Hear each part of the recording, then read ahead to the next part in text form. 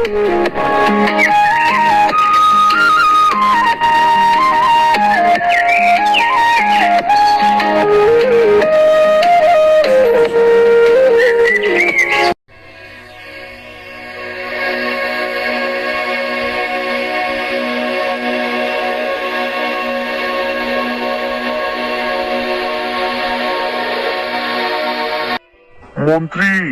এই যে মন্ত্রী, কোথায় তুমি?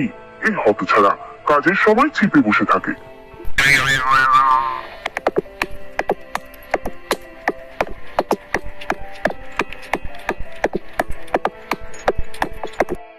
রাজামশাই, রাজামশাই, আগে বলেন, আমি হাজির। এসে একেবারে উদ্ধার করেছে। আজকাল তুমি আমার কোনো খবর রাখো? বসে বসে শরীরে জং ধরে গেছে। পাশের রাজ্যে খবর দাও, আমি যুদ্ধ করব। মহারাজ, এই তো সর্বনাশের মাথায় হাত। ভারী মুশকিল কথা, যুদ্ধ করতে নিয়ম লাগে।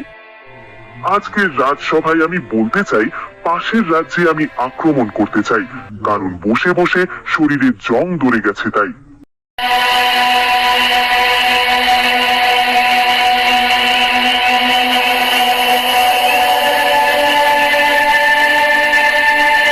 রাজামশাইয়ের কথা শুনে আপনারা সবাই নিশ্চয়ই অবাক হয়ে গেছেন। আমিও অবাক হয়েছিলাম। আমাকে আগের দিন বলছিল, যখন আমি এই রাজ্যের পণ্ডিত ধর্মচারণ, ধর্মের কথা বলি। ধর্মের কথা হলো অযথা কাউকে আক্রমণ করতে পারি না।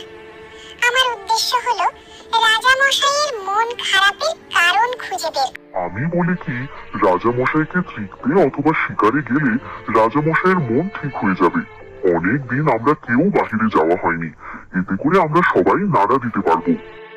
আমার রাজসভার সিদ্ধান্ত যখন এমনি ব্যবস্থা নেওয়া হোক। আজকে রাজসভা অলঙ্কৃত।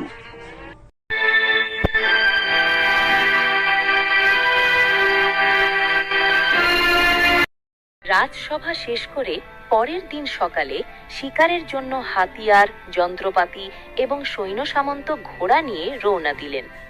কিছু রাস্তায় যাওয়ার পর ঘোড়া রাস্তা বলে রেখে পায়ে হেঁটে রওনা দিলেন সবাই।